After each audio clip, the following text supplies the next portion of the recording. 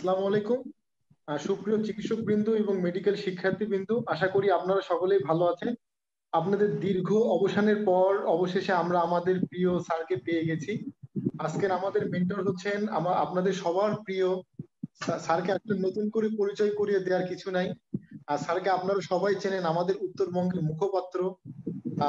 অত্যন্ত সুন্দর করে পড়ান প্রফেসর খলিলুর রহমান স্যার।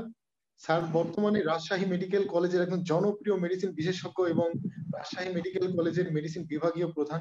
তো চলুন তাহলে আমরা আর কথা না বাড়িয়ে আমাদের প্রিয় স্যারের, আমাদের উত্তরবঙ্গের মুখপাত্র, আমাদের প্রিয় খলিল স্যারের ক্লাসটি আমরা শুরু করে দিই। আপনাদের যদি কোনো প্রশ্ন থেকে থাকে প্রশ্নটি কমেন্টস করে আমাদেরকে জানাতে পারেন। এবং সেই সাথে আমরা আমরা জেনেসিস পরিবারের পক্ষ থেকে ধন্যবাদ জানাই স্যারকে এত ব্যস্ত সময়ের মধ্যেও আমাদেরকে একটা সুন্দর সেশন উপহার দেওয়ার জন্য। স্যারকে অসংখ্য ধন্যবাদ। স্যার শুরু করতে পারেন আপনি স্যার, প্লিজ। হ্যাঁ, গুড ইভিনিং এভরিবডি, আসসালামু আলাইকুম। আজকে আমি যে বিষয়টি নিয়ে কথা বলতে যাচ্ছি সেটি হচ্ছে approach to a patient with breathlessness.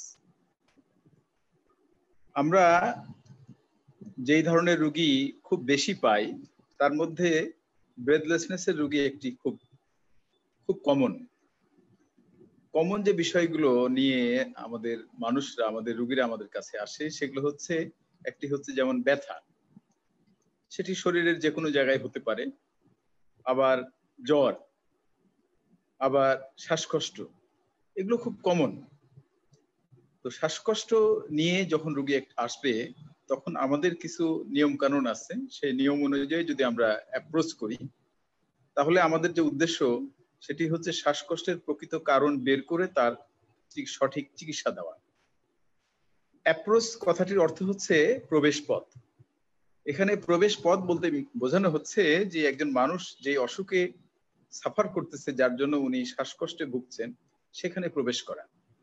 এবং প্রবেশ করলেই আমরা সঠিক বিষয়টি জানতে পারবো এবং জানার পরে তার প্রকৃত চিকিৎসা আমাদের দ্বারা দেওয়া সম্ভব এবং রোগী আরোগ্য লাভ করবেন।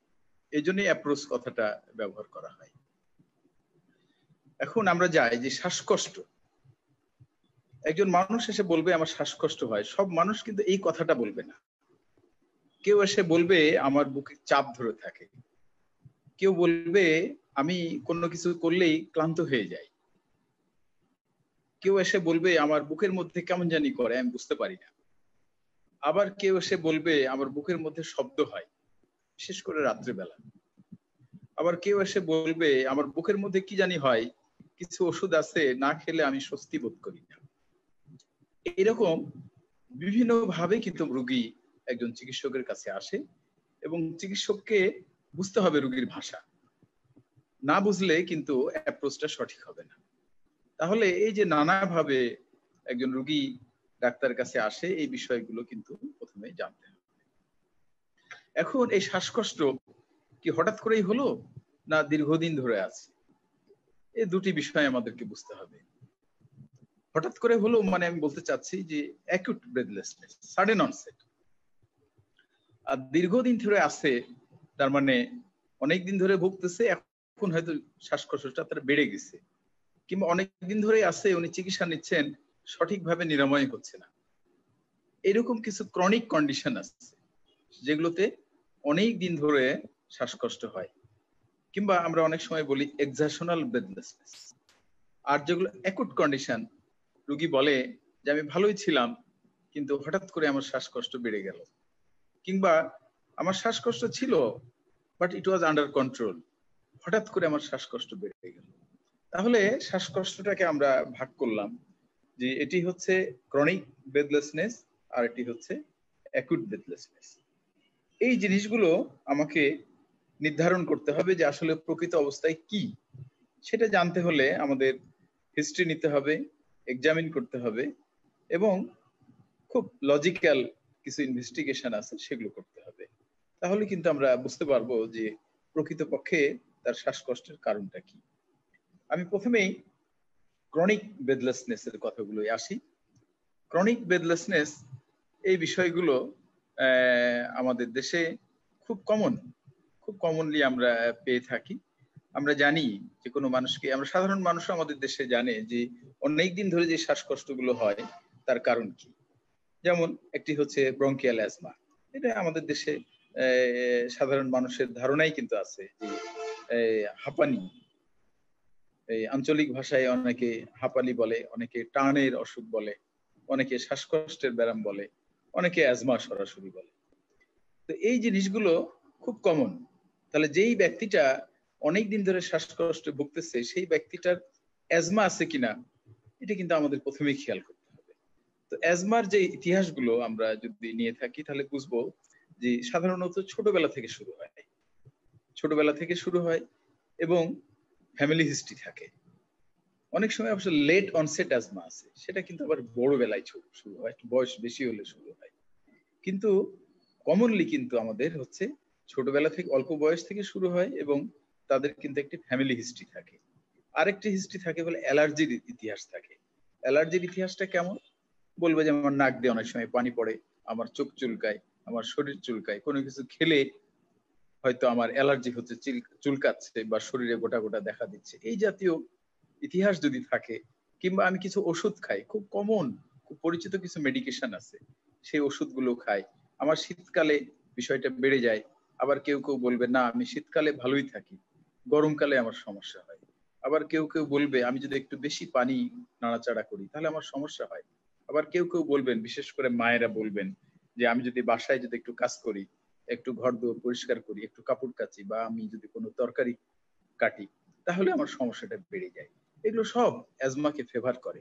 এগুলো খুব কমন হিস্ট্রি। এগুলো যদি আমরা খুব পরিষ্কার ভাবে লজিক্যালি স্টেপ ওয়াইজ নেই, তাহলে অ্যাজমার বিষয়টা, তার যে অ্যাজমা হয়েছে এই বিষয়টা কিন্তু আমাদের অনেক সময় পরিষ্কার হয়ে যায়। তারপরে কোনো কোনো সময় অ্যাজমার অ্যাটাকটা এত বেশি হয় তখন হয়তো হাসপাতালে ভর্তি হতে হয়। তাহলে হিস্ট্রি অফ হসপিটালাইজেশন এগুলো কিন্তু অ্যাজমাকে ফেভার করে। আবার অনেক মানুষ আছে, যেমন ধরুন বয়স হচ্ছে 50-60, এরকম বলবে যে আমি সিগারেট খাই।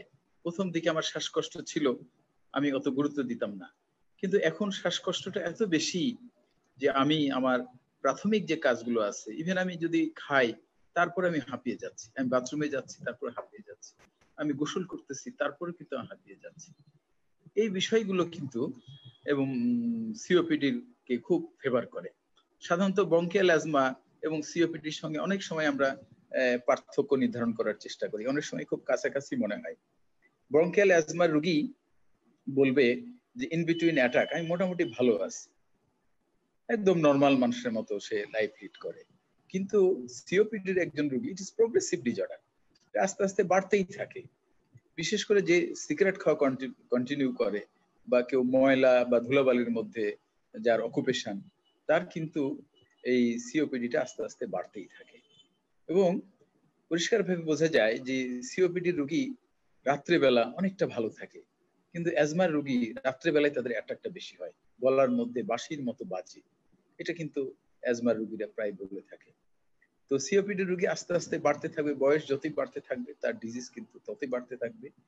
সিওপিডি রোগীর অনেক সময় কাশিটা হয় এবং উইথ স্পুটাম প্রোডাকশন হয়, স্পুটাম প্রোডাকশন হলে পুরুলেন্ট স্পুটাম হয়।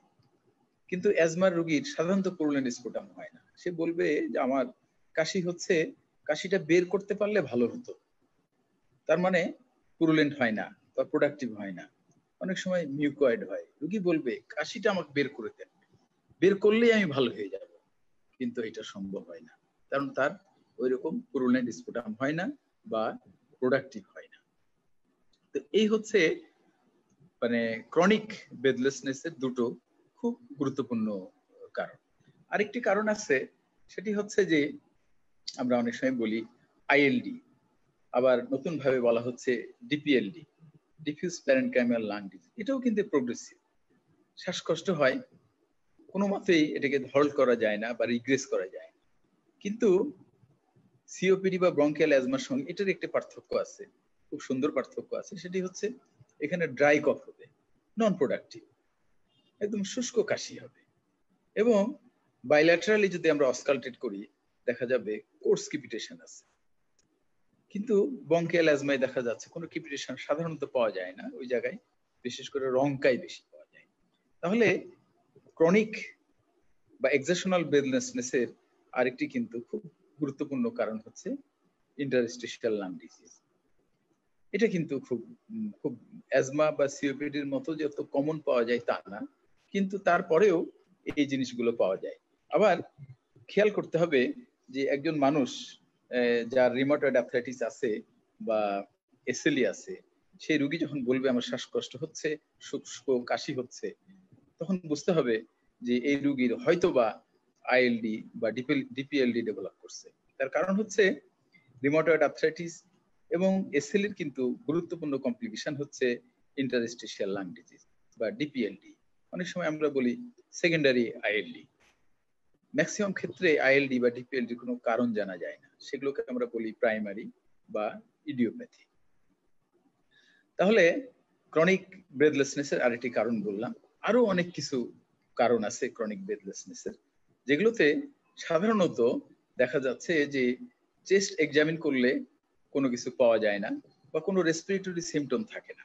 আমি আবারও বলি যে কিছু ক্রনিক ব্রেথলেসনেস আছে যেগুলোতে রোগী কোনো পালমোনারি সিমটমের কথা বলে না বা চেস্ট এক্সামিন করলে কিছু পাওয়া যায় না। কি সেগুলো হতে পারে? খুব কমন বলে, রোগীটা এসে বলে যে ডাক্তার সাহেব আমি দোতলায় উঠলেই হাঁপিয়ে যাচ্ছি, আমি তিনতলায় উঠলে এত কষ্ট হয়, আমি ওঠার পরে আমি অনেক সময় রেস্ট নিই। কিন্তু রোগীকে যদি জিজ্ঞাসা করি আমরা যে আপনার কি কাশি হয়, বলবে না আমার কাশি হয় না। আপনার গলায় কি কোনো শব্দ হয়? না আমার কোনো শব্দ হয় না। আপনার কি অ্যালার্জির ইতিহাস আছে? বলে না। তাহলে আপনার ওজন কত? তো বলে ওজন তো আমার 88 কেজি। আগে কত ছিল? আগে তো 72 কেজি ছিল, আমার 2-3 বছর ওজনটা বেড়ে গেল। This obesity can cause chronic breathlessness. তাহলে ওবেসিটি যদি হয় তাহলে তার তো কাশি হবে না, তার রংকাই হবে না, তার অ্যালার্জির ইতিহাস থাকবে না। কিন্তু তার যে ওজন বেড়ে গেছে এবং তাকে চেস্ট এক্সামিন করলে তার কিন্তু কিছু পাওয়া যাবে না। তাহলে ওজন বেড়ে যাওয়া, ওবেসিটি, এটি কিন্তু শ্বাসকষ্টের একটি গুরুত্বপূর্ণ কারণ। তাহলে যে কোনো মানুষ লম্বা সময় ধরে যদি শ্বাসকষ্ট নিয়ে আসে বা টায়ার্ডনেস নিয়ে আসে বা ব্রেথলেসনেস নিয়ে আসে, বিশেষ করে যার কোনো পালমোনারি সিমটম নাই বা কোনো রেসপিরেটরি সাইন নাই, তার ওবেসিটি কিনা এটা কিন্তু খেয়াল করতে হবে। আবার ওবেসিটির পাশাপাশি কোনো রোগী যদি বলে যে আমার শ্বাসকষ্ট হচ্ছে বা ক্লান্তি হচ্ছে বা টায়ার্ড হয়ে যাচ্ছে কোনো কাজ করলে, এবং বলবে যে আমার কোনো পালমোনারি সিমটম নেই, কিন্তু বলবে যে আমার কিছু কার্ডিওভাস্কুলার সিমটম আছে, যেমন বলবে যে আমার প্যালপিটেশন হচ্ছে, অনেক সময় বলবে আমার চেস্ট ডিসকমফোর্ট হচ্ছে, তাহলে বুঝতে হবে যে এই রোগীটার রেসপিরেটরি সিমটম ছাড়া বা রেসপিরেটরি ডিসঅর্ডার ছাড়া অন্য কিছু কিনা। তাহলে আমি বললাম কি যে তার পালমোনারি সিমটম নেই, কিন্তু বলতেছে যে আমার প্যালপিটেশন হচ্ছে, আমার টায়ার্ডনেস হয়, কাশি নাই। তাহলে কি হতে পারে? আমি যে খুব ভালো করে খেয়াল করে দেখি, রোগীটা হয়তো পেল হয়ে গেছে, anaemia. Anaemia is an important cause of chronic breathlessness. তখন অ্যানিমিয়ার কারণটা আমাদেরকে বের করতে হবে। অ্যানিমিয়ার কারণ বের করার জন্য নির্দিষ্ট ওয়ে আছে, সেই ওয়েগুলো ফলো করে আমাকে বুঝতে হবে যে এটি অ্যাপ্লাস্টি অ্যানিমিয়া না, এটি হিমোলাইটিক অ্যানিমিয়া না, এটি আয়রন ডেফিসিয়েন্সি অ্যানিমিয়া। তার অ্যাপ্রোচ আছে, সেভাবে আমাকে এগোতে হবে। আবার অনেক সময় একটা রোগী বলবে যে ডাক্তার সাহেব আমার তো এরকম জ্বর হচ্ছে 1 মাস 1.5 মাস ধরে, এবং জ্বরের সঙ্গে কিছু কাশিও ছিল, আমি কিছু ওষুধপত্র খাচ্ছিলাম, কিছু ভালো হচ্ছে না, কিন্তু ইদানিং দেখতেছি আমার একটু শ্বাসকষ্ট হচ্ছে, বিশেষ করে জোরে কোথাও যখন হেঁটে যাচ্ছি বা কোনো শক্ত কাজ করতেছি, আবার এই কোনো দোতলায় বা 3 তলায় উঠতেছি, আমি দ্রুত হাঁপিয়ে যাচ্ছি, কিন্তু এটা আমার আগে ছিল না। জ্বর আছে, কাশি আছে, খুব বেশি না, কিন্তু তার সঙ্গে শ্বাসকষ্ট। আমি ইদানিং লক্ষ্য করতেছি আমার ডান দিকে বুকে একটু ভারী মনে হচ্ছে, ডান দিকের বুকে একটু ভারী ভারী লাগতেছে বা বাম দিকের বুকে একটু ভারী ভারী লাগতেছে। তাহলে কি হলো? খুব পরিষ্কার বোঝা যাচ্ছে যে একজন মানুষ, তার ক্রনিক ফিভার আছে, তার কফ আছে, যদিও সে কফটাকে সিগনিফিকেন্ট বলতেছে না, কফও আছে, কিন্তু শ্বাসকষ্ট দিয়ে সেগুলো হয়তো ওভারল্যাপ হয়েছে, শ্বাসকষ্ট বা বুকে চাপ ধরে আছে, বুকটা ভারী হয়ে আছে। Most likely this is a case of tuberculous pleural effusion. তাহলে শ্বাসকষ্টের কিন্তু একটি ইম্পর্টেন্ট কারণ কিন্তু হচ্ছে প্লুরাল এফিউশন। আমি একটু গোড়ার কথা বলি যে একজন মানুষের শ্বাসকষ্ট তখনই হবে যখন তার রেসপিরেটরি স্ট্রাকচার গুলো কোনো না কোনো ভাবে ইনভলভ হবে, কিংবা রেসপিরেটরি সিস্টেমকে কন্ট্রোল করার জন্য যে সিস্টেম আছে, এটা যদি বলি আমি রেসপিরেটরি সেন্টার বা রেসপিরেটরি পাথওয়ে বা নার্ভাস সিস্টেম যদি বলি, এগুলো যে কোনো ভাবে যদি ইনভলভ হয় by inflammation or by irritation or by damage or by interruption by any mechanism, তাহলে কিন্তু শ্বাসকষ্ট হবে। এটা কিন্তু অ্যাজ এ হোল মনে রাখতে হবে। আমি আবারও বলি কথাটা, যে রেসপিরেটরি স্ট্রাকচার যেগুলো আছে, আমরা যদি বলি নোজ থেকে শুরু করে ফ্যারিংস, তারপরে trachea, principal bronchus, right left bronchus বলি, তারপরে আলটিমেটলি বিভিন্ন স্ট্রাকচার ইনক্লুডিং অ্যালভিওলাস, এই টোটাল বিষয়টা যদি কোনো না কোনো ভাবে ড্যামেজ হয় বা ইনভলভ হয় বা ইন্টারাপ্ট হয় বা ইনফ্লেমড হয় বা ইনফেক্টেড হয় বা ফাইব্রোসড হয়, তাহলে কিন্তু শ্বাসকষ্ট হবে। এটা আমাদের মনে রাখতে হবে, একদম প্রথম থেকে শুরু করে শেষ পর্যন্ত। একটা ছোট বাচ্চা ছোট্ট কয়েন নিয়ে খেলাধুলা করতেছিল, সে খেয়ে ফেললো, রেসপিরেটরি প্যাসেজ হয়ে গেল, তাহলে শ্বাসকষ্ট হবে। অথবা একটা ট্রমা হলো বা একটা ইনফ্লামেশন হলো, নিউমোনিয়া হয়েছে বা লাং অ্যাবসেস হয়েছে, সেই জায়গায় ফাইব্রোসড হয়ে গেছে, তাহলে রোগীটার শ্বাসকষ্ট হতে পারে। আমি অ্যাজ এ হোল বেসিক জিনিসটা আমি প্রথমে বললেই ভালো হতো, আমি পরে একটু মনে করাই দিলাম। যে কোনো ভাবেই হোক, তাহলে আমাদের শ্বাসকষ্টের ইটোলজি গুলো কি, এটা যদি আমরা এইভাবে মনে রাখি তাহলে কিন্তু সহজ হয়ে যাবে। তাহলে আমি বললাম যে ক্রনিক ব্রেথলেসনেস এর অনেকগুলো ইম্পর্টেন্ট কারণের কথা বললাম। তারপরে যদি আমি আসি যে অনেক সময় আমাদের আসে রুগী অ্যাকুট ব্রেথলেসনেস, রুগীর কোনো সমস্যাই ছিল না, রুগী ভালো ছিলেন, কিংবা উনি বাসায় ছিলেন, কিংবা উনি চিকিৎসায় ছিলেন, কিন্তু উনি হাসপাতালে আসতেছেন বা ডাক্তারের কাছে আসতেছেন, তার মানে তার সিভিয়ার হয়ে গেছে কন্ডিশনটা যা ছিল, অথবা উনি সুস্থ ছিলেন, হঠাৎ করে ওনার শ্বাসকষ্টের প্রবলেম হয়েছে। এই বিষয়গুলো আমাদেরকে বেশি গুরুত্ব দিয়ে চিন্তা করতে হবে, এই কারণে যে যেখানে অ্যাকুট অনসেট বা ইমার্জেন্সি অনসেট বা সাডেন অনসেট, তার মেজারমেন্টও কিন্তু সাডেন নিতে হবে। আর যেগুলো ক্রনিক, সেগুলো কিন্তু যেহেতু ক্রনিক কন্ডিশন, তার মেজারমেন্ট গুলো কিন্তু ভেবে চিন্তে নিতে হবে। আর acute onset sudden immediate measure নিতে হবে। এই জন্যই অ্যাকুট কন্ডিশন মানেই হচ্ছে condition that requires immediate management, immediate management নিতে হবে। তাহলে যে রুগীটা হঠাৎ করে শ্বাসকষ্ট নিয়ে আসবে, খেয়াল করতে হবে যে সম্ভাব্য কারণ কি হতে পারে। যেমন একজন মানুষ, বয়স হচ্ছে তার 60, উনি সিগারেট খান, ওনার প্রেশার আছে, উনি বলতেছেন যে আমি ভালোই ছিলাম, হঠাৎ করে আমার শ্বাসকষ্ট হলো, এবং তার সঙ্গে আমি লক্ষ্য করলাম যে বুকে ব্যথা ছিল, আমি ঘেমে যাচ্ছি, বমি হচ্ছে। খুব পরিষ্কার, একজন মানুষ বয়স হচ্ছে 60 বছর, ওনার সিগারেট খাওয়ার ইতিহাস আছে, ওনার প্রেশার আছে, উনি হঠাৎ করে বোধ করতেছেন যে তার শ্বাসকষ্ট হচ্ছে, উনি ঘেমে যাচ্ছেন, বুকে ব্যথা।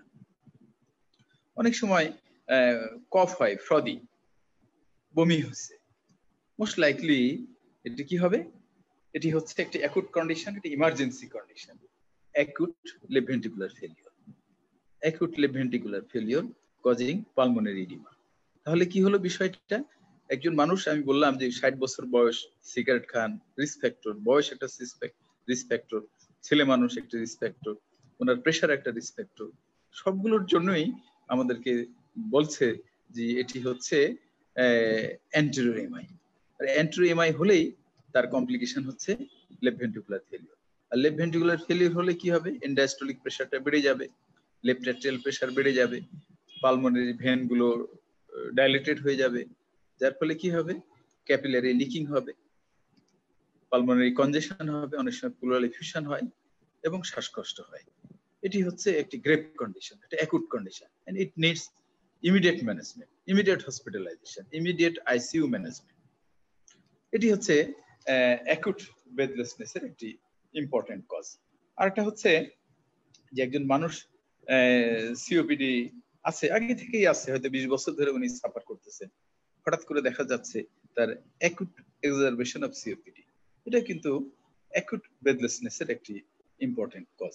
উনি ভালোই ছিলেন, উনি চিকিৎসায় ছিলেন, উনি ওষুধ ব্যবহার করেন, কোনো অসুবিধা নাই, কিন্তু দেখা গেল হঠাৎ করে তার একটা সুপার অ্যাডেড ইনফেকশন হয়েছে, তার জ্বর হয়েছে, তার কাশির মাত্রা বেড়ে গেছে, তার স্পুটাম প্রোডাকশন বেশি হচ্ছে, তার বুকের মধ্যে হুইজ হচ্ছে, তার ক্রিপিটেশন বেড়ে গেছে, দিয়ে সে তার শ্বাস অ্যাকুট এক্সাজারবেশন হয়েছে, এই রোগীটারও কিন্তু ইমিডিয়েট ম্যানেজমেন্ট দরকার। এগুলো পাশাপাশি যখন আমি সিওপিডির অ্যাকুট এক্সাজারবেশন চিন্তা করব, তখন আমাকে চিন্তা করতে হবে যে সিওপিডির একটি কমপ্লিকেশন আছে, সিওপিডির একটি কমপ্লিকেশন আছে, সেটি কিন্তু আবার ওইরকম অ্যাকুট ব্রেথলেসনেস এর সৃষ্টি করে। সেটি হচ্ছে খুব ইম্পর্টেন্ট, খুব সিরিয়াস একটি কমপ্লিকেশন, সেটি হচ্ছে নিউমোথোরাক্স। সিওপিডির পেশেন্টের নিউমোথোরাক্স হওয়ার সম্ভাবনা থাকে। তাহলে অ্যাকুট এক্সাজারবেশন অফ সিওপিডি হলেও যেমন শ্বাসকষ্ট হয়, আবার সিওপিডির যে কমপ্লিকেশন একটি বললাম নিউমোথোরাক্স, সেটা তো কিন্তু শ্বাসকষ্ট হয়। এটা কিন্তু আমাকে বুঝতে হবে। তাহলে এই যে দুটো ইমার্জেন্সি বিষয় আমি পট করে কিন্তু বুঝে ফেলবো, আমাকে যদি একটু চেস্টটা আমি এক্সামিন করি, দুই ক্ষেত্রেই কিন্তু সাইনোসিস হতে পারে, দুই ক্ষেত্রেই সাইনোসিস হতে পারে। কিন্তু নিউমোথোরাক্সে অনেক সময় কার্ডিওভাস্কুলার কম্প্রোমাইজ হয়। আর সবচেয়ে বড় ইম্পর্টেন্ট বিষয় হচ্ছে আমি যদি পারকাস করি তাহলে কি হবে, একদম পারকাশন নোটটা বাতাস আসছে, নিউমোথোরাক্স মানে বাতাস ঢুকে গেছে চেস্টে, আমি যদি পারকাশন করি তাহলে একদম হাইপার রেজোনেন্ট হবে, ট্রাকিয়াটা অপোজিট সাইডে হয়তো শিফট হয়ে যাবে। অস্কাল্টেড যদি করি তাহলে ব্রেথ সাউন্ড অ্যাবসেন্ট অথবা ডিমিনিশড পাবো, পরিষ্কার বুঝে যাবো। তাহলে কিন্তু তার ম্যানেজমেন্ট আমাকে নিতে হবে। নিউমোথোরাক্স একটি গ্রেভ কন্ডিশন, যতটা না grave acute exacerbation of COPD, এটি একটি গ্রেভ কন্ডিশন। আমাকে দ্রুত এটাকে আলাদা করতে হবে বাই সাম এক্সামিনেশন, সম্ভব হলে তাড়াতাড়ি একটি ইনভেস্টিগেশন। চেস্ট এক্সরে করলে আমরা পরিষ্কার বুঝতে পারবো যে it is not acute exacerbation of COPD, rather it is pneumothorax. পরিষ্কার কোলাপস লাং মার্জিন আমি পেয়ে যাব, কোলাপস লাং মার্জিন পেয়ে যাব, হাইপার ট্রান্সলুসেন্ট আমি লাং ফিল পাবো, এন্ড কি পাবো, absence of lung parenchyma lung tissue. এই যে আবার ট্রাকিয়াটা বা মিডিস্টেনাল শিফটিং হবে টু অপোজিট সাইড। এক্সরে করলে আমি কিন্তু এই ফাইন্ডিংস গুলো পেয়ে যাব। তখন নিউমোথোরাক্সের ইমিডিয়েট ম্যানেজমেন্ট আছে, ওয়াটার সিল ড্রেনেজ আছে, কিংবা চেস্ট ড্রেন দেওয়া লাগতে পারে, এই বিষয়গুলো তখন আমাকে সেভাবে খেয়াল করতে হবে। আরেকটা হচ্ছে যে severe asthma, acute severe asthma. একজন মানুষের অ্যাজমা আছে দীর্ঘদিন ধরে, উনি জানেন ওনার চিকিৎসা, উনি জানেন ওনার কি কি ওষুধ ব্যবহার করতে হয়, ওষুধগুলো কিভাবে ব্যবহার করতে হয়, কখন ব্যবহার করতে হয়, উনি জানেন উনি কোন কোন ফ্যাক্টর উনি অ্যাভয়েড করবেন, ওনার প্রেসিপিটেটিং ফ্যাক্টর কি উনি সব জানেন। তারপরেও হঠাৎ করে কিন্তু ওনার শ্বাসকষ্ট বেড়ে যায়, এটাকে বলি আমরা অ্যাকুট সিভিয়ার অ্যাটাক বা অ্যাকুট সিভিয়ার অ্যাজমা। এটা হলেও কিন্তু অ্যাকুট অনসেট অফ ব্রেথলেসনেস নিয়ে আসে এবং তাড়াতাড়ি উনি হসপিটালের শরণাপন্ন হন বা চিকিৎসকের শরণাপন্ন হন। এই রোগীটা আমাকে ইমিডিয়েট ম্যানেজমেন্ট করতে, এখানেও সাইনোসিস থাকতে পারে, কিন্তু চেস্ট এক্সামিন করলে কি পাবো আমরা, ডিফিউজ হুইজ পাবো all over the lung fuse. এখানে কিন্তু আমি সিওপিডির মতো এরকম ক্রিপিটেশন পাবো না, ব্যারেল শেপ চেস্ট পাবো না, ইন্টারকস্টাল ইনড্রয়িং পাবো না, বা নিউমোথোরাক্সের মতো আমি হাইপার রেজোনেন্ট লাং ফিল পাবো না, বা অ্যাবসেন্ট ব্রেথ সাউন্ড পাবো না, কিংবা মিডিস্টেনাল শিফটিং পাবো না। এখানে সবকিছু ঠিক থাকবে, কিন্তু আমার এই অনেক সময় রেসপিরেটরি রেটের তারতম্য হতে পারে, পালস বিপির তারতম্য হতে পারে, কিন্তু প্রফিউজ আমি রংকাই পাবো all over the lung field, maybe associated with cyanosis থাকতে পারে। এখানে একটা জিনিস আমাকে খেয়াল করতে হবে, বিশেষ করে এই রোগীটা যদি ইয়াং হয়, আমাকে দ্রুত আলাদা করতে হবে যে এটি সাইকোজেনিক ব্রেথলেসনেস কিনা, কিংবা একজন অ্যাকুট অ্যাজমা রোগীরও কিন্তু সাইকোজেনিক ব্রেথলেসনেস হতে পারে। তাহলে আমি এখানে দুটো কথা বললাম যে এই বিষয়টা ঠিক করে নিতে হবে যেটা সাইকোজেনিক ব্রেথলেস কি না, অথবা acute exacerbation of বঙ্কিয়াল acute severe attack of বঙ্কিয়াল asthma, তার সঙ্গে সাইকোজেনিক ব্রেথলেসনেস আছে কিনা, এই জিনিসটা আমাকে খেয়াল করতে হবে। তাহলে সাইকোজেনিক ব্রেথলেসনেস যদি হয়, তাহলে আমি যদি রোগীর অ্যাটেন্ডেন্সের কাছে ইতিহাস নেই, তাহলে আমরা কিন্তু সাইকোজেনিক ব্রেথলেসনেস হওয়ার কিছু প্রিডিসপোজিং ফ্যাক্টর কিন্তু অনেক সময় পেয়ে যায়। যেমন কিছু লাইফ ইভেন্ট থাকে, হয়তো সামনে পরীক্ষা আছে তার, অথবা পরীক্ষা হয়ে গেছে, পরীক্ষাটা ভালো হয় নাই, অথবা পরীক্ষার রেজাল্ট হয়েছে, রেজাল্টটা ভালো হয় নাই, অথবা অন্য কোনো গুরুত্বপূর্ণ লাইফ ইভেন্ট হতে পারে, সেখানে হয়তো রিস্ক হওয়ার সম্ভাবনা আছে, সেখানে হয়তো ফেলিওর হওয়ার সম্ভাবনা আছে, সেখানে হয়তো অকৃতকার্য হওয়ার সম্ভাবনা আছে, সেখানে হয়তো কৃতকার্য হওয়ার সম্ভাবনা কম, আনসার্টেনিটি আছে। সেই সব ক্ষেত্রে আমরা খেয়াল করে দেখছি যে সাইকোজেনিক বেদলেসনেস হয়। অনেক সময় সিভিয়ার অ্যাটাক, সিভিয়ার অ্যাজমার মতোই ফিচার নিয়ে বা ম্যানিফেস্টেশন নিয়ে বা প্রেজেন্টেশন নিয়ে আমাদের কাছে আসে, এবং দ্রুত আমাদেরকে এটা আলাদা করতে হবে।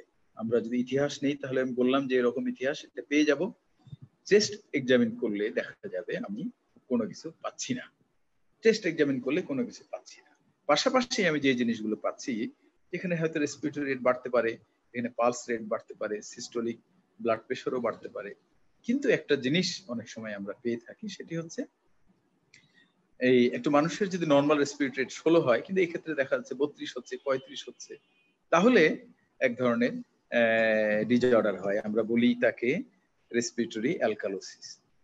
এই জন্য এখানে বলা হয় হাইপার ভেন্টিলেশনের কারণে এক ধরনের টিটেনি হয়, হিস্টেরিক্যাল টিটেনি হয়। তখন রোগী হয়তো অনেক সময় বলে যে আমার আঙ্গুলগুলো, আমার পায়ের আঙ্গুল নখগুলো বা মুখের আশেপাশে একটু কেমন যেন বোধ মনে হচ্ছে, টিংলিং সেন্সেশন, হাইপার প্যারেস্থেসিয়া, এই ধরনের ম্যানিফেস্টেশন কিন্তু সে অনেক সময় বলে। অনেক সময় হাতের একটি নির্দিষ্ট অ্যাপিয়ারেন্স নিয়ে আসে, গাইনোকোলজিক্যাল হ্যান্ড বলি আমরা, অনেক সময় কনভালশন নিয়ে আসে। তাহলে এগুলো কিন্তু হলে আমরা ক্লিয়ার বুঝতে পারি। আর সবচেয়ে বড় হচ্ছে যে রোগীর শ্বাসকষ্ট আছে, কিন্তু চেস্ট এক্সামিন করে কোনো কিছু পাওয়া যাচ্ছে না, এটি একটি বড় আবার রোগীকে যদি জিজ্ঞাসা করা হয় যে আপনার অসুবিধা কোথায়, রোগী কিন্তু বলবে যে আমি শ্বাস নিতে পারছি না, problem in inspiration not expiration. আমরা জানি ম্যাক্সিমাম ক্ষেত্রেই আমাদের যেটা রেসপিরেটরি ডিজঅর্ডার বা আদার ডিজঅর্ডার কজিং রেসপিরেটরি ডিস্ট্রেস, এখানে প্রবলেমটা সাধারণত হয় ডিউরিং এক্সপিরেশন, কিন্তু এখানে রোগী বলবে আমার ইন্সপিরেশনের প্রবলেম। তাহলে এটাও কিন্তু একটি disorder that can present acutely or requiring acute management বা ইমিডিয়েট ম্যানেজমেন্ট, যেটাই হোক। এটা কাউন্সেলিংও হতে পারে, এটি কনভারসেশন হতে পারে, simple talk with the patient and give her plain advice or appropriate advice, then she will be cured, either he or she will be cured. তাহলে এটাও কিন্তু একটি অ্যাকুট ব্রেথলেসনেস এর একটি কারণ বললাম। তারপরে অ্যাকুট ব্রেথলেসনেস এর একটি কারণ আমরা একটু আগে আলোচনা করেছি যে pneumothorax. This is very important. অনেক সময় ছোট বাচ্চাদের foreign body lodgement in respiratory passage, কোনো কারণে যদি কোনো কয়েন বা কোনো মেটালিক কোনো কিছু বা কোনো খাবার বা ব্যবহার্য কোনো কিছু হঠাৎ করে যদি রেসপিরেটরি প্যাসেজে ঢুকে যায়, তাহলে সেই ক্ষেত্রে কিন্তু তার শ্বাসকষ্ট হতে পারে। সেই বিষয়গুলো কিন্তু আমাদেরকে খেয়াল করতে হবে। তাহলে আমি কিছু কিছু উদাহরণ দিলাম যে অ্যাকুট ব্রেথলেসনেস এবং ক্রনিক ব্রেথলেসনেস, সেই ব্রেথলেস গুলো রোগী কিভাবে আমাদের কাছে আসে এবং আমরা সেই রোগীগুলোকে কিভাবে অ্যাপ্রোচ করব।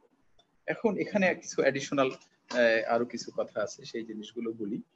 শ্বাসকষ্ট নিয়ে আসলে আমরা সাধারণত ইতিহাস নেই, ইতিহাসটা ইন জেনারেল যদি আমরা চিন্তা করি, যদি রোগীর বেশি শ্বাসকষ্ট থাকে তাহলে হয়তো অনেক সময় রোগীর যে ক্লোজ কেয়ার গিভার বা কেয়ারার বা ক্লোজ রিলেটিভস, তাদের কাছ থেকে অনেক সময় আমরা ইতিহাস নিয়ে থাকি। সেই ইতিহাসগুলোর মধ্যে যে বিষয়গুলো খুব গুরুত্বপূর্ণ, একটি হচ্ছে ডিউরেশন, একটি হচ্ছে অকুপেশন, একটি হচ্ছে অ্যাসোসিয়েটেড ফিচার।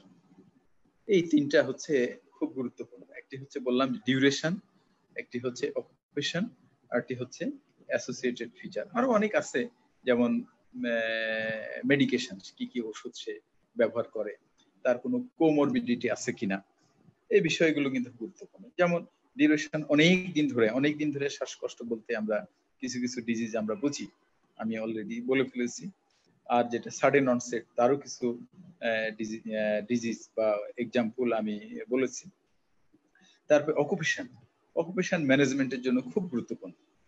যেমন একজন হয়তো উনি ব্যবসা করেন, সেই ব্যবসাটাই হচ্ছে সবসময় ধুলাবালির সঙ্গে জড়িত, তাহলে ম্যানেজমেন্টের একটি পার্ট হচ্ছে ধুলাবালি থেকে তাকে দূরে রাখতে হবে। তাছাড়া কিন্তু শুধুমাত্র ওষুধ দিয়ে ভালো হবে না। কিংবা একটা রোগী আছে সবসময় স্ট্রেসফুল কন্ডিশনে থাকে, এই স্ট্রেসফুল কন্ডিশনও কিন্তু অনেক সময় ব্রঙ্কিয়াল অ্যাজমার এক্সাজারবেশনের জন্য দায়ী। কিংবা একজন হচ্ছে স্পোর্টসম্যান, অনেক সময় স্পোর্টসম্যানটাও কিন্তু বলি আমরা এক্সারসাইজ ইনডিউসড ব্রঙ্কিয়াল অ্যাজমা। এই জন্য অকুপেশন কিন্তু খুব গুরুত্বপূর্ণ। তারপরে যে মেডিকেশন, কি কি ওষুধ সে ব্যবহার করে, এটা দিয়েও কিন্তু অনেক সময় আমরা বুঝতে পারি যে উনি যে শ্বাসকষ্টে ভুগতেছেন সেই শ্বাসকষ্টের কারণটা কি। আমরা বুঝি যে কিছু কিছু ওষুধ আছে আমরা সিওপিডি তে ব্যবহার করি, যেগুলো হচ্ছে ব্রঙ্কিয়াল অ্যাজমায় ব্যবহার করতে চাই না। আবার যেগুলো ব্রঙ্কিয়াল অ্যাজমায় ব্যবহার করি সেগুলো হচ্ছে সিওপিডি তে ব্যবহার করতে চাই না। কিছু কিছু ওষুধ আছে আমরা ডিপিএলডি বা আইএলডি তে ব্যবহার করি, যেগুলো ব্রঙ্কিয়াল অ্যাজমায় ব্যবহার হয় না বা সিওপিডি তে ব্যবহার হয় না। আবার কিছু কিছু ওষুধ আছে সেই ওষুধগুলো দেখলেই আমরা বুঝি যে এটা হচ্ছে সাইকোজেনিক ব্রেথলেসনেস এর জন্য ব্যবহার হচ্ছে। কিন্তু খেয়াল রাখতে হবে যে সাইকোজেনিক ব্রেথলেসনেস এর জন্য হয়তো কোনো একজন প্রেসক্রিপশন করে দিয়েছে, ওই সময় হয়তো তার সাইকোজেনিক ব্রেথলেসনেস ছিল, এই জন্য উনি সাইকোজেনিক ব্রেথলেসনেস এর জন্য তাকে হয়তো অ্যানজিওলাইটিক বা এই জাতীয় কোনো মেডিকেশন দিয়েছে। কিন্তু আজকে উনি যে কারণে আমার কাছে এসেছেন সেটা সাইকোজেনিক নাও হতে পারে। এটা কিন্তু আমাকে অ্যাসেস করতে হবে, না হলে কিন্তু ভুল হয়ে যাবে, রোগীর জন্য এটা সমস্যা হয়ে যাবে। অতএব প্রিভিয়াস হিস্ট্রি বা মেডিকেশন বা অন্যান্য যে বিষয়গুলো সবসময় ওটাকেই রাখতে হবে তা কিন্তু না। আমার প্রত্যেকটা রোগীকেই নতুন ভাবে অ্যাসেস করতে হবে। প্রিভিয়াস যে বিষয়গুলো আছে সেগুলো আমার অ্যাসেসমেন্টের জন্য হেল্পফুল হবে, কিন্তু ওটাকেই একদম 100% যদি আমি ফলো করি তাহলে মনে হয় এটা সঠিক হবে না। এরকম অনেক কিছু অসুখ আছে। আমি ফিনিশিং কয়েকটি কথা বলে আমি শেষ করব। সেটি হচ্ছে যে রোগীর শ্বাসকষ্ট আছে কিন্তু চেস্ট এক্সামিন করে কিছু পাওয়া যাচ্ছে না।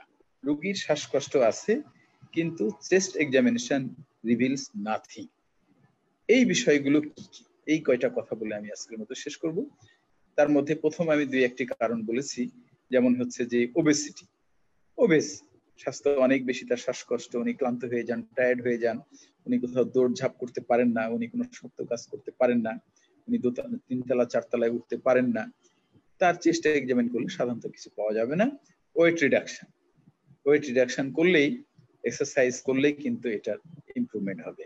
আবার একটা বললাম যে অ্যানিমিয়া আছে, সেই রোগীটার শ্বাসকষ্ট হবে, প্যালপিটেশন হবে, টায়ার্ডনেস হবে, কিন্তু চেস্ট এক্সামিন করলে কিছু পাওয়া যাবে না। হয়তো প্রিকর্ডিয়াম এক্সামিন করলে কিছু পাওয়া যাবে, হয়তো টেকিকার্ডিয়া পাওয়া যাচ্ছে, ফ্লো মারমার পাওয়া যাবে, কিন্তু লাং ফিল্ড এক্সামিন করলে অ্যানিমিয়া রোগীর সাধারণত কিছু পাওয়া যায় না। এখন অ্যানিমিক হার্ট ফেলিওর যদি হয়ে থাকে সেই ক্ষেত্রে হয়তো কিছু পাওয়া যেতে পারে, যদি অ্যানিমিক হার্ট ফেলিওর হয়ে থাকে। তাহলে সেই ক্ষেত্রে আমার অ্যানিমিয়ার অ্যাপ্রোচটা খেয়াল করতে হবে, যেটা কোন ধরনের অ্যানিমিয়া, কি কারণে হচ্ছে, এবং তার সঠিক চিকিৎসা দিলেই কিন্তু তার সেই শ্বাসকষ্টটা ভালো হয়ে যাবে। আরেকটি বললাম আমি যে ব্রেথলেসনেস, সাইকোজেনিক ব্রেথলেসনেস, এখনো কিন্তু চেস্ট এক্সামিন করে কিছু পাওয়া যাবে না, বা হিস্ট্রিতে ওইরকম কিছু পাওয়া যাবে না। পাওয়া যাবে সেগুলোই যে তার কিছু স্ট্রেসফুল কন্ডিশন, তার যদি পার্সোনাল লাইফ বা তার কোনো এডুকেশনাল লাইফ বা অকুপেশনাল লাইফ যদি আমরা একটু চিন্তা করি, তাহলে হয়তো সেখানে কোনো প্রিডিসপোজিং ফ্যাক্টর বা প্রেসিপিটেটিং ফ্যাক্টর আমরা আইডেন্টিফাই করতে পারবো। সেগুলোকে অ্যাড্রেস করে যদি আমরা তাকে কারেকশন করার চেষ্টা করি এবং প্রকৃত অন্যান্য চিকিৎসা দিই, তাহলে হয়তো উনি ভালো হয়ে যাবেন। আরো কিছু বিষয় আছে যেগুলোতেও চেস্ট এক্সামিন করে কিছু পাওয়া যাবে না কিন্তু শ্বাসকষ্ট হয়, যেমন অ্যাসিডোসিস, বিশেষ করে মেটাবলিক অ্যাসিডোসিস হলে, যেমন কিডনি ডিজিজ, সিকেডির পেশেন্ট অনেক সময় শ্বাসকষ্ট নিয়ে আসে, রেসপিরেটরি রেট বেশি, 28, 30, 35 রেসপিরেটরি নিয়ে আসে। রোগী এসে বলে যে আমি শ্বাসকষ্টে ভুগতেছি, আমার তো এটা ভালো হচ্ছে না, আমি গ্রামে অনেক ওষুধপত্র খেয়েছি কিন্তু আমার এই শ্বাসকষ্ট ভালো হচ্ছে না। আমরা যদি লক্ষ্য করি তাহলে দেখবো রোগীটার হয়তো অ্যানিমিয়া আছে, রোগীটার প্রেশার আছে, রোগীটার হয়তো গায়ের রং কালো হয়ে গেছে, রোগীটার পায়ে হয়তো কিছু পানিও আছে। আমরা দ্রুত ইনভেস্টিগেশন করে যদি দেখি যে হিমোগ্লোবিন হচ্ছে 7 or 8 এবং সেরাম ক্রিয়েটিনিন অনেক বেশি, আলট্রাসোনোগ্রাম করে আমরা দেখতেছি কিডনির সাইজ ছোট হয়ে গেছে। Most likely, this is a case of CKD causing metabolic acidosis, and this metabolic acidosis is responsible to produce breathlessness. এরকম আরো কিছু অ্যাসিডোসিস আছে, এটা পয়জনিং এ হতে পারে বা ল্যাকটিক অ্যাসিডোসিস জন্য হতে পারে।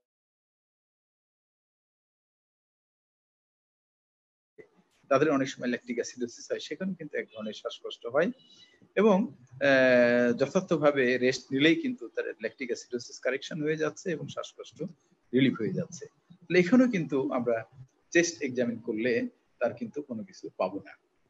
আরেকটি কারণ বলি আমি, সেটি হচ্ছে যে কোনো কারণেই হোক, যদি অ্যাবডোমিনাল ডিস্টেনশন হয়, abdominal distension due to any cause, তাহলে কিন্তু শ্বাসকষ্ট হবে। রোগী বলবে যে আমি ক্লান্ত হয়ে যাচ্ছি, আমি টায়ার্ড হয়ে যাচ্ছি, যে কোনো কারণে। আমরা জানি অ্যাবডোমিনাল ডিস্টেনশনের অনেকগুলো কারণ আছে।